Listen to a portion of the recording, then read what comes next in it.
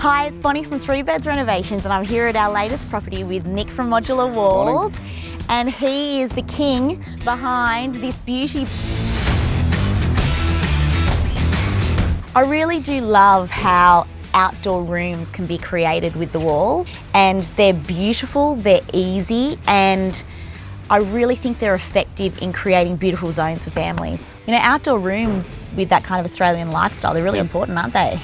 Yeah, I mean, your outdoors is massive nowadays. You know, your outdoors is an extension of your indoors. Everyone's got the indoor-outdoor living. It gives you that extra space to entertain in when potentially your house is smaller, you know? Look, it is really simple. Here we've used a VogueWall, so it does go to 3 metres as a standard height, so it provides great privacy. You don't need council approval because you can just concrete the posts in and then the panels slide in between. It is half the cost of bricks, and you know, compared to a bricklayer, we would install this in a fifth of the time. So guys, if you want to learn more about modular walls, head on over to their website.